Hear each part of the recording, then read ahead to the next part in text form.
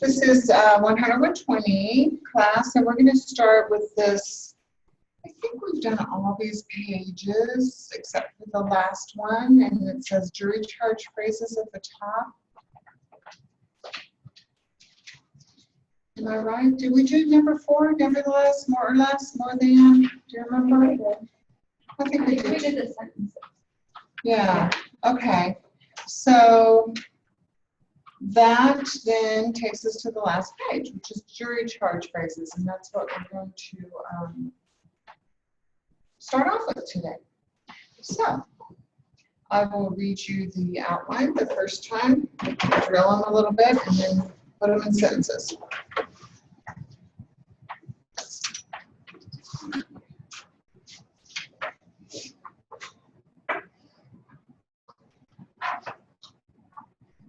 Applicable.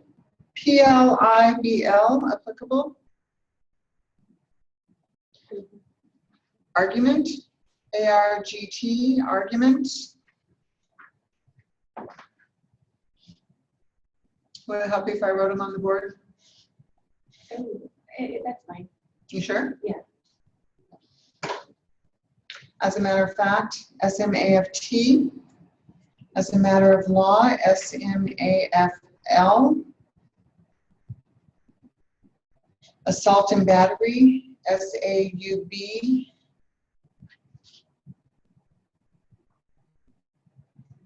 Believable evidence, B-L**EFD. Believable evidence.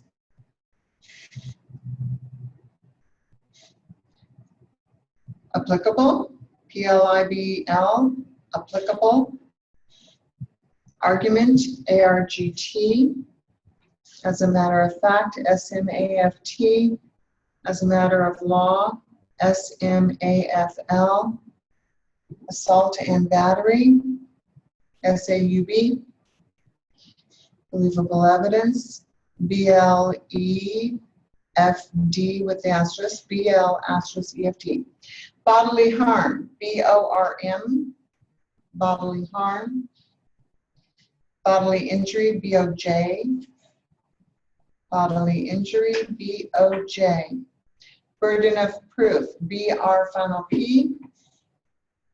B-R final P. Burden of proving, B-R final P-G. B-R final P-G. Circumstantial evidence, S-K**EFD. I think we learned circumstantial evidence a different way also. So I think recently we did just the S asterisk IR or ER. E-B-D. Yeah, okay, so either one. Circumstantial evidence, S-K**EFD. Hit it the other way if you've already learned it that way. Closing argument, K-L-A-R-G-T. Argument. Closing argument, K-L-A-R-G-T. Okay, bodily harm, bodily injury, burden of proof, burden of proving, circumstantial evidence,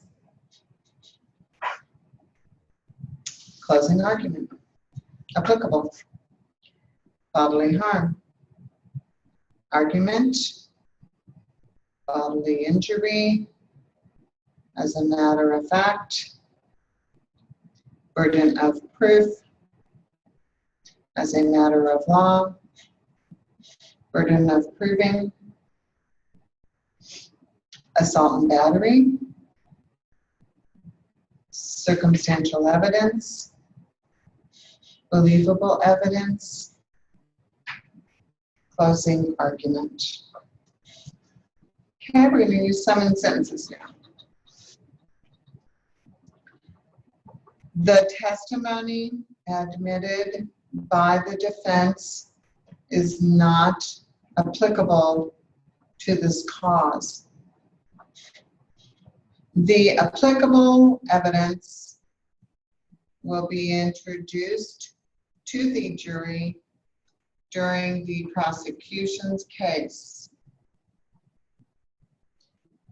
we had an argument because we completely disagreed on the court's ruling. For the sake of argument, I will take the pro and you can take the con. As a matter of fact, this road is more direct than the one I usually take. You are right. As a matter of fact, you are absolutely right. We are discussing this as friends, not as a matter of law.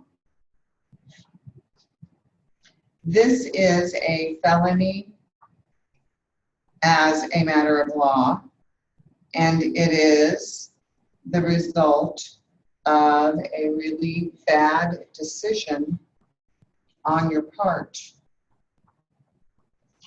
Any unlawful touching is often charged as assault and battery. An assault unaccompanied by any circumstances of aggravation is considered a simple assault, but not assault and battery. Not all evidence admitted by the court is always believable evidence. Interested parties do not always provide believable evidence. Bodily harm includes illness caused by nervous shock or injury. Bodily harm is another term for bodily injury. Bodily injury or bodily harm also refers to sickness or disease contracted as a result of injury. Burden of proof is a term which describes two different concepts. The burden of proof is the responsibility of the person asserting a claim. The burden of proving the charges rests with the defendant. The defendant never has the burden of proving innocence. Circumstantial evidence may have equal status with direct eyewitness evidence. Both lawyers do not have to agree or stipulate when accepting circumstantial evidence. The state has the benefit of having the last word or closing argument. The closing argument is vital to the success or failure to convince the jury. Okay, we're going to go back now and I'm going to redictate a few of these, some of these, one for each of the briefs, and we'll read them back.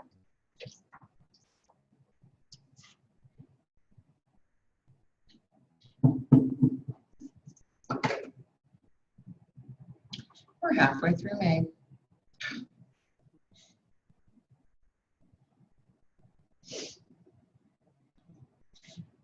Okay, here we go for readback.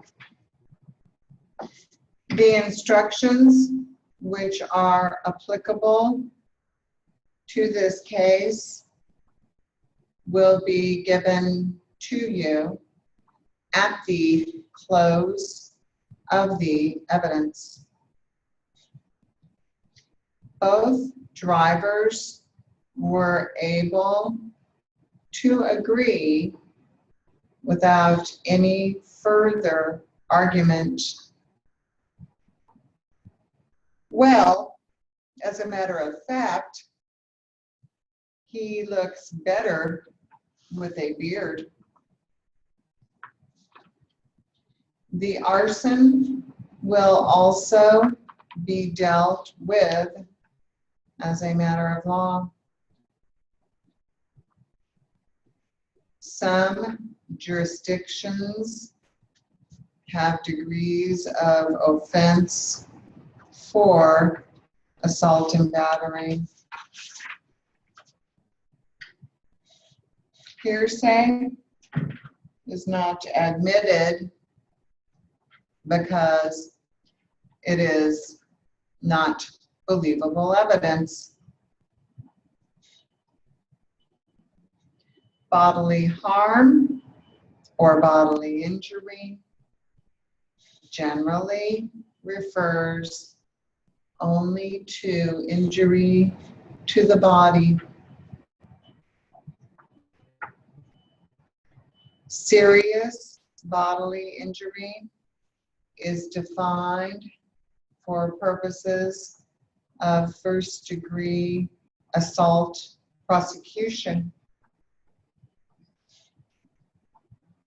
The concept of burden of proof varies with the allegation set forth.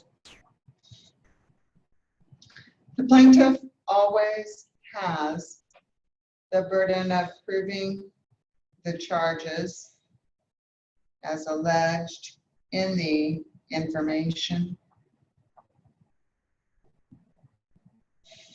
Circumstantial evidence is based on inferences drawn from proven facts. A closing argument from a case is useful in persuading the jury. That's it. Okay, Kate, you're going to read all of them first, and then I'll have Araceli read all of them. Okay. The instructions with. Okay, do you guys understand the concept of burden of proof? Yeah, maybe if you understand it more, you're more comfortable with it, you recognize the brief better. So burden of proof is in our system of law. What burden of proof is it means, really, it's that whole concept that the defendant is innocent until proven guilty. Okay, so the defendant doesn't have the burden of proof of showing anything. It's the prosecution's always has the burden of proof to prove that the defendant is guilty. Okay, so that burden of proof means the scales of justice, are just tipped ever so slightly. It's just a slight burden. And in different cases, that degree of proof that is required varies. Okay, so for example, like on a murder case, you'd have to have a unanimous verdict, whereas in a civil case, it's a three-quarter verdict. So that's how that works. Okay, I'm going to go back to this transcript that we worked a little bit on. It's medical. It's actually a doctor's testimony, and it's actually two voice, but I'm just kind of turning it into one long answer. There's very few questions in here. It's good terminology. Yeah. So some of the words that I know that come up that you might want to hit first: dystocia. Dystocia, it's spelled D-Y-S-T-O-C-I-A. Dystocia. We have a Dr. Aguiano. Medical time, military time, we went over that, didn't we? So do you know how military time is expressed? So it's 1460 would be, 1430 would be 2:30 in the afternoon. So it starts at 12 a.m. and it just goes all the way through. It doesn't reset at 12 p.m. basically. But it's transcribed this way without the colons. Perineum.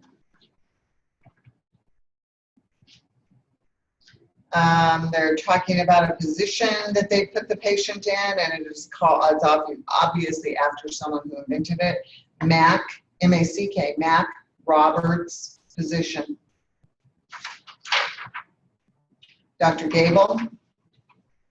So you're going to learn what Mack Roberts position is today. Abdomen. Do you have a brief for abdomen? Yeah. Okay, let's go ahead and do some of this. And it's not counted, so you guys did really well on that read back. So it's just for practice. Here we go. On the record, I'm going to go for like 7 minutes.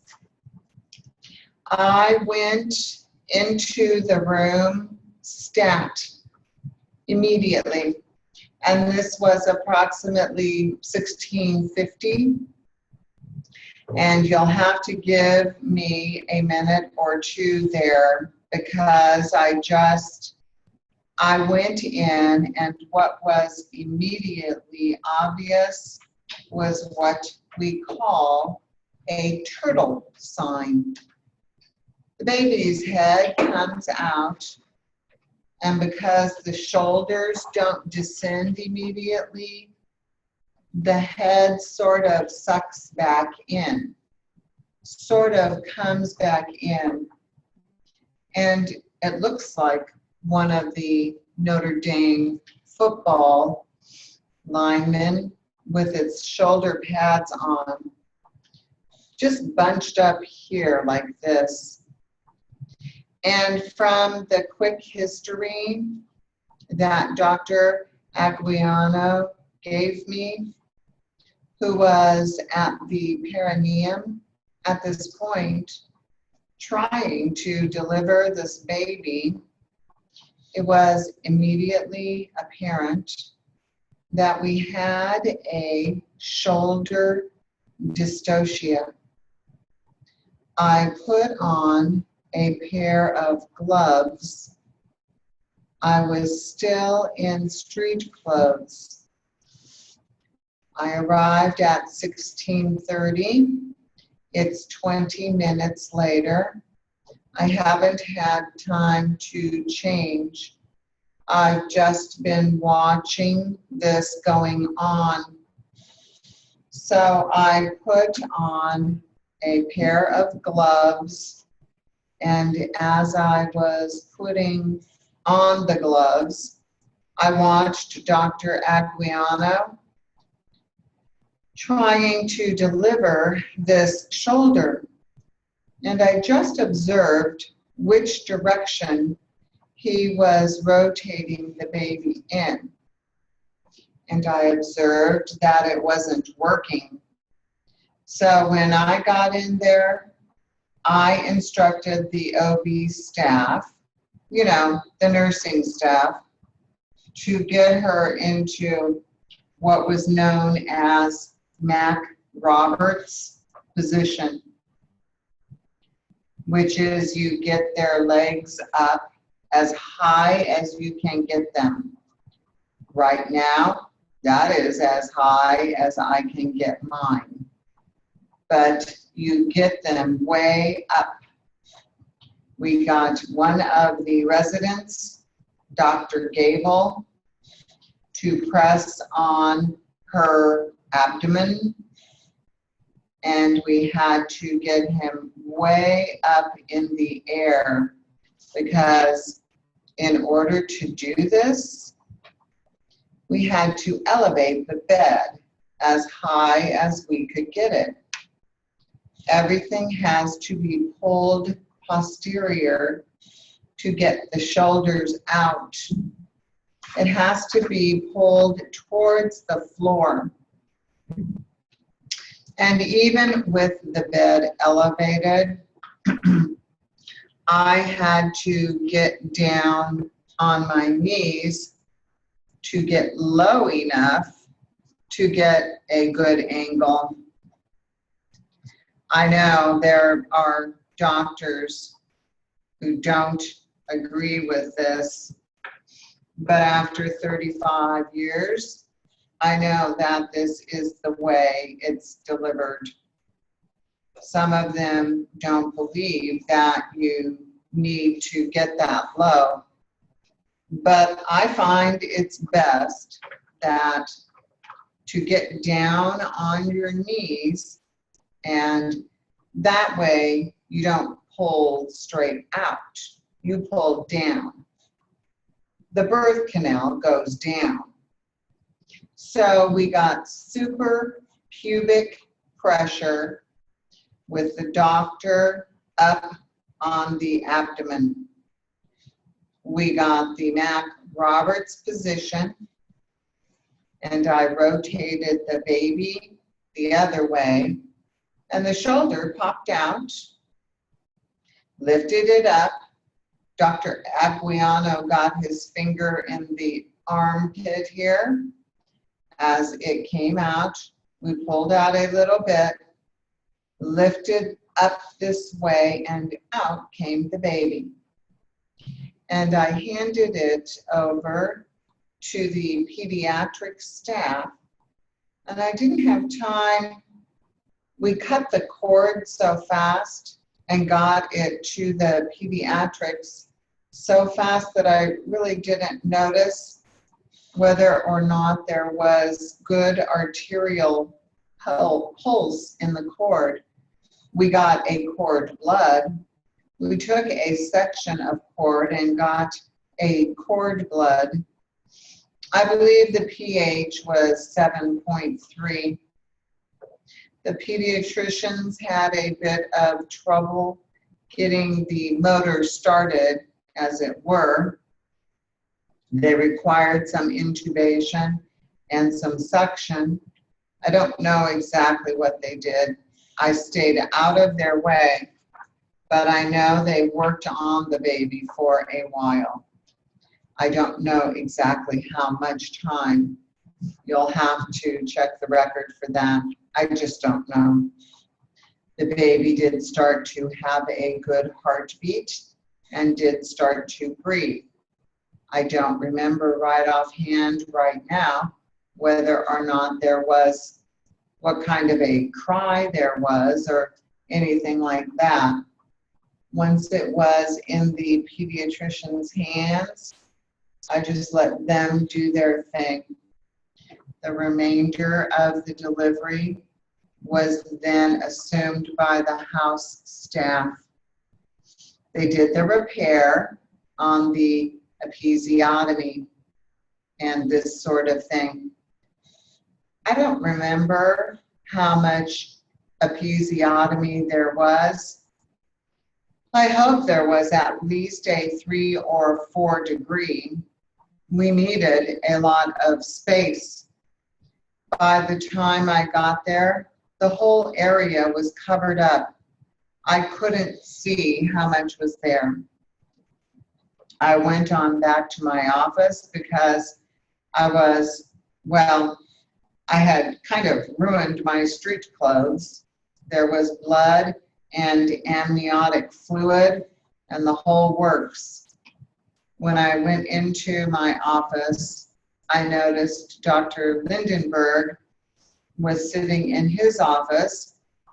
And so I mentioned to him, we had been trying to page him, that him or one of his faculty, one of his attending staff, that we had a depressed baby. And I thought he would probably want to go up and take a look at it, which he did. And I think the rest is probably pretty much history that you know. From then on in, I made one visit that night to the nursery, and Dr. Lindenberg and I sat there for a half hour or so discussing the case and trying to figure out what was going on. And we really didn't come to any great conclusions at that time, because Well, I've been looking at this stuff for, well, I started doing obstetrics in 1963. And I can't tell you how many shoulder dystocias I've seen over that many years. But there has been quite a few, I presume. And I've been on the full-time faculty at various medical schools, as well as private practice. And I've seen a number of shoulder dystocias, and I don't remember any being depressed like this. How was that, Speedwise? It's almost 10 minutes. Doesn't seem so long when you're listening, huh? Yeah. Okay, we're going to stop there because I don't like to do too much stuff uncounted. I don't have a clue what I read that at.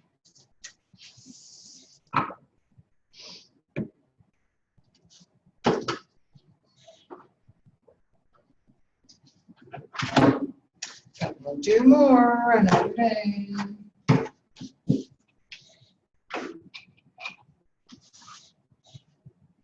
Next, we're going to work on some jury charge. Bless you. That is actually your assignment for next week's EB 360. So it's kind of a preview for you.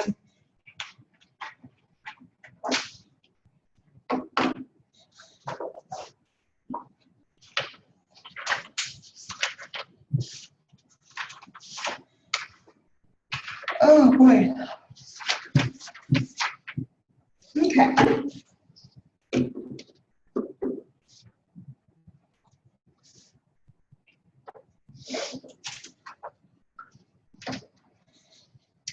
Here we go. I'm going to start off at 120. Probably just stay there. On the record, ladies and gentlemen of the jury, it is at this stage of the trial that the court will now give you the law that you must follow during your deliberations. The defendant, Kat O'Shea, has been charged with the death of Taylor Smith. The charge of the court is given to you to provide you with elements of the law that you are to follow during your deliberations.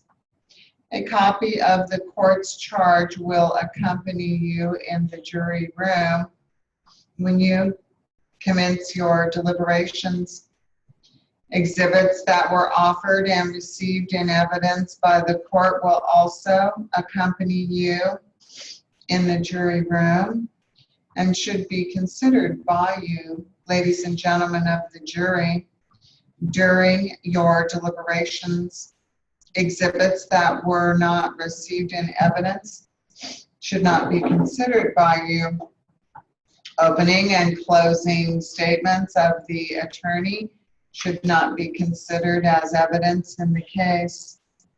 These opening and closing statements were given to you by the attorneys as an overview of what the attorneys expect the evidence to show and what the attorneys would like you to conclude after hearing all the evidence and viewing all the exhibits in the case. Again, opening and closing statements are not evidence.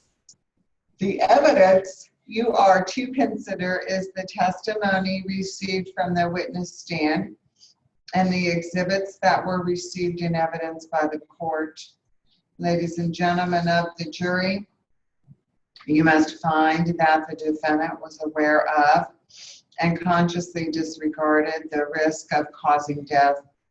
If you find that defendant was aware of and disregarded the risk of causing death, you must determine whether the risk that she disregarded was substantial and unjustifiable. In doing so, you must consider the nature and purpose of the defendant's conduct and the circumstances known to the defendant. and you must determine whether, in light of those factors, the defendant's disregard of that risk was a gross deviation from the conduct a reasonable person would have observed in the defendant's situation. All of the evidence relevant to recklessness, including any contrasting accounts of events by the defense and the state, must be considered by you. Another element that the state must prove beyond a reasonable doubt is that the defendant acted under circumstances manifesting extreme indifference to human life. The phrase "under circumstances manifesting extreme indifference to human life" does not focus on the defendant's state of mind, but rather on the circumstances under which you find she acted. If, in light of all the evidence, you find that defendant's conduct resulted in a probability as opposed to a mere possibility of death, then you may find that she acted under circumstances manifesting extreme indifference to human life. On the other hand, if you find that her conduct resulted in only a possibility of death, then you must acquit her of aggravated manslaughter and consider the offense of reckless manslaughter, which I will explain to you shortly. The final element that the state must prove beyond a reasonable doubt is that the defendant caused Taylor Smith's death.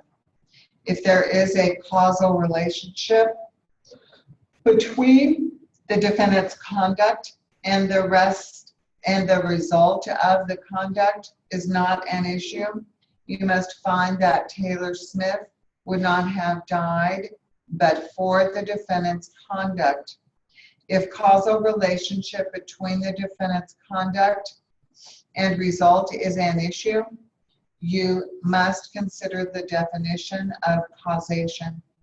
Causation has a special meaning under the law. Okay, we're going to do another segment. This may not be quite as long. I'm going to read it till the end. Ready? To establish causation, the state must prove two elements beyond a reasonable doubt. First, that but for the defendant's conduct, Taylor Smith would not have died. Second, Taylor Smith's death must have been within the risk of which the defendant was aware. If not, it must involve the same kind of injury or harm as the probable result of the defendant's conduct, and must also not be too remote, too accidental in its occurrence, or too dependent on another's volitional act to have a just bearing on the defendant's liability or on the gravity of her offense. In other words, the state must prove beyond a reasonable doubt that Taylor Smith's death was not so unexpected or unusual that it would be unjust to find the defendant guilty of aggravated manslaughter. Where the defendant and state offer contrasting factual theories of causation, each version should be considered by the jury.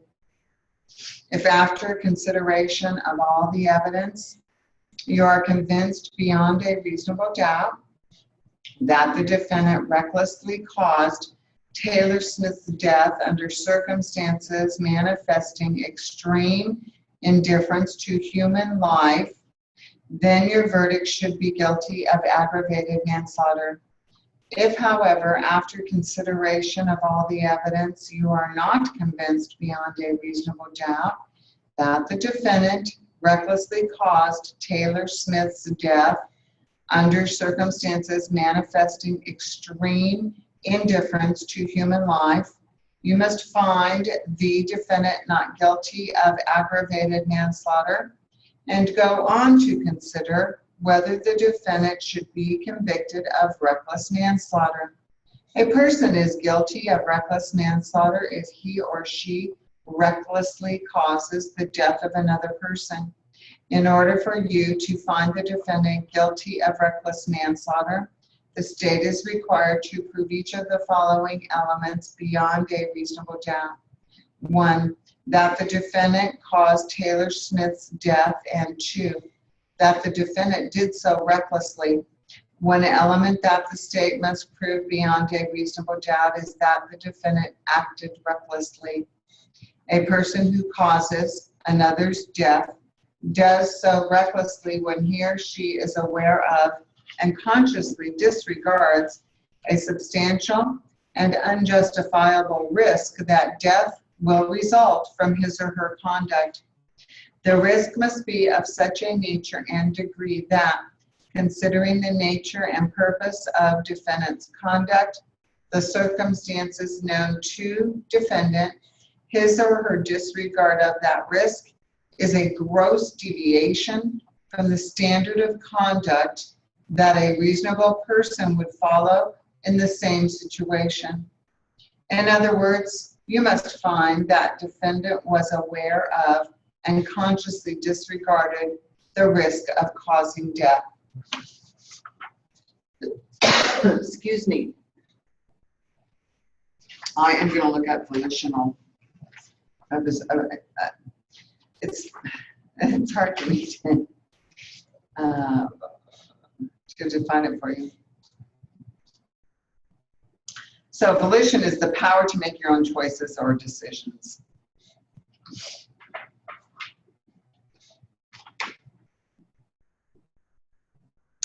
She left the church of her own volition, not because she was excommunicated.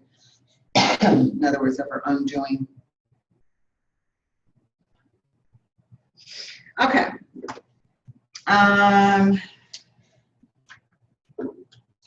We are done with that. We're going to work on some literary now. And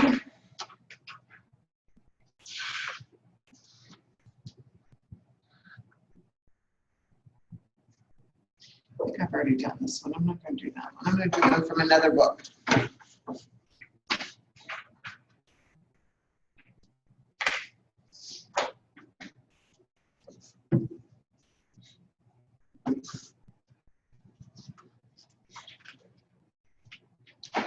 Okay, we're talking about United Nations in this segment. United Nations is a brief, YTNS. United Nations, YTNS, sorry.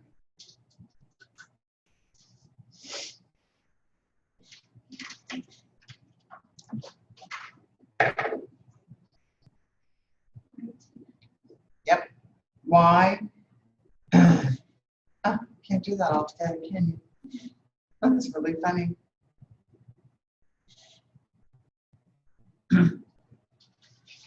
Well, it must be 2 strokes. YT come back in S. Didn't even think about that. Somebody else had written it in here. Oh, it's not going to be in that old brief book. I doubt it.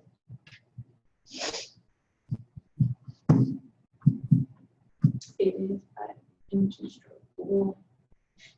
No, it is. YT? No, Y long I N S. Ah.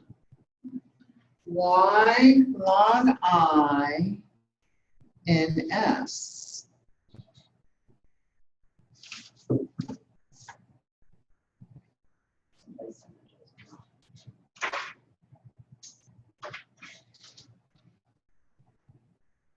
Thank you.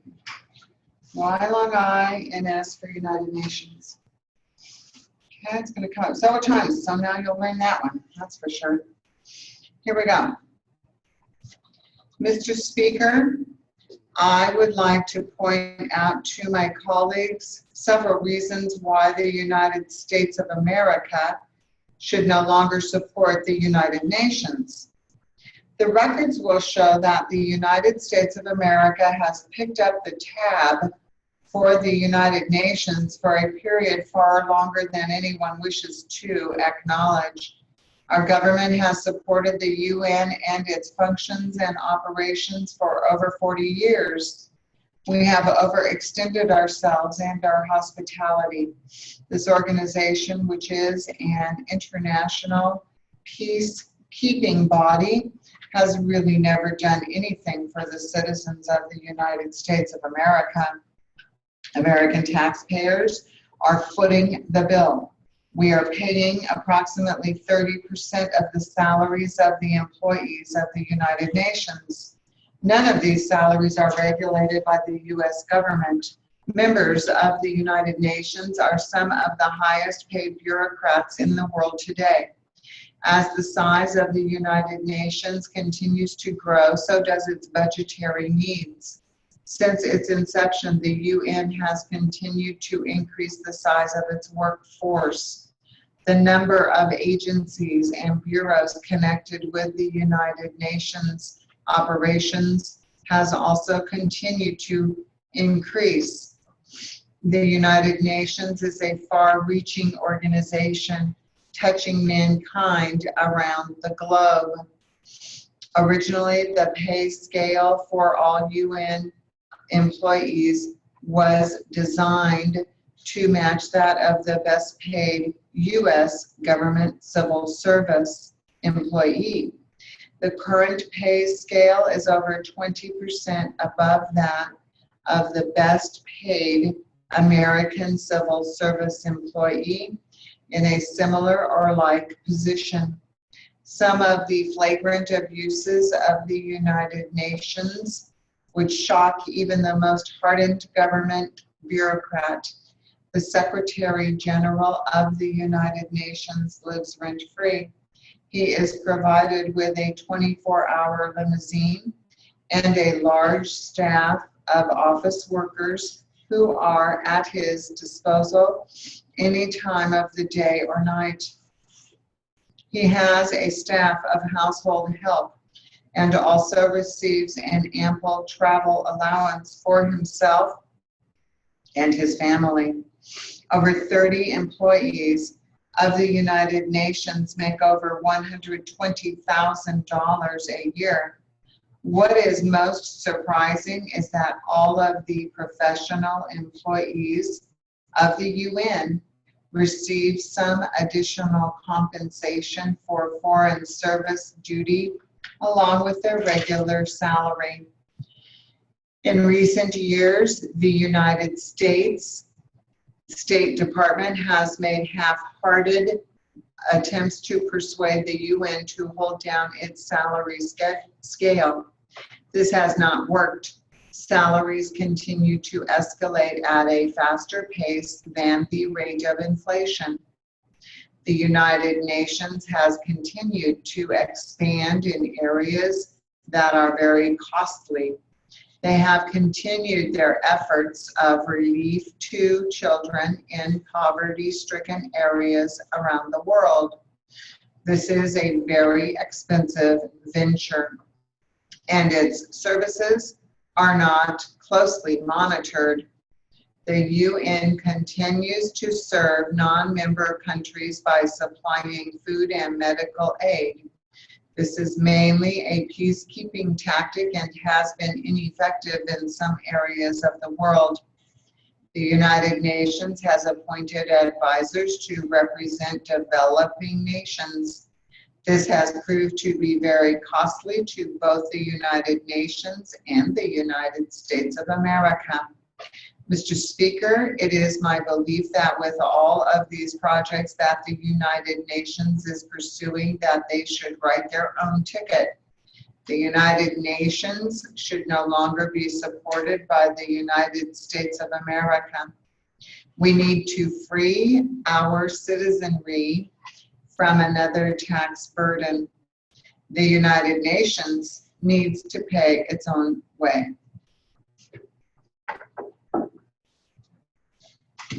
Okay, that's it for the practice, and we're going to go ahead and start takes.